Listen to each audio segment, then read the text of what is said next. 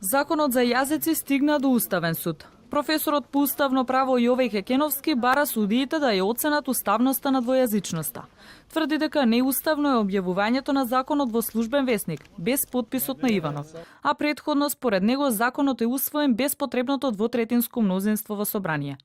Додека судот донесе одлука, Хекеновски бара да се запрат сите активности кои произлегуваат од законот за јазици.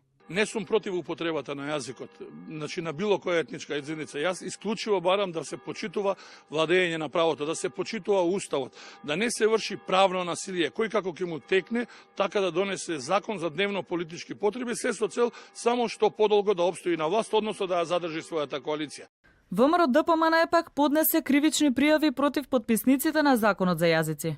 Од опозицијската партија ги обвинуваат собранискиот спикер, заменик генералниот секретар на собранието, како и директорот на службен весник, дека со своите потписи и објавување на законот ја злоупотребиле службената положба. Џафери не можел и не смел да го испрати законот за објавување, а Ибраими во својство на техничка служба немал никакво овластување да потпише. Костовски е одговорен бидејќи не смел да објави указ за прогласување на закон без подпис на председателот. Џафери, Ибраими и Костовски извршиле свесно загрозување на уставниот поредок, бидејќи јасно е пропишана процедурата за прогласување на закон. Законот за јазиците не штети на унитарноста на Македонија и тврдењето дека на целата територија на државата ќе се спроведе двојазичност е манипулација, тврдат од владата.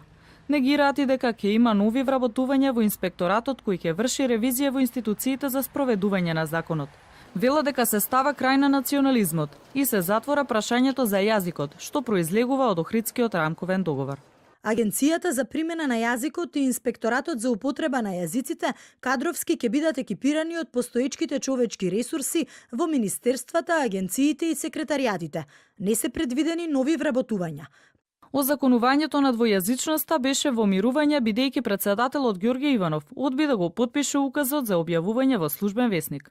Со законот двојазични стануваат сите државни институции, додека пак албанскиот јазик, освен во собрание, службено ќе се употребува и во министерствата, судовите, обвинителствата и останатите државни институции.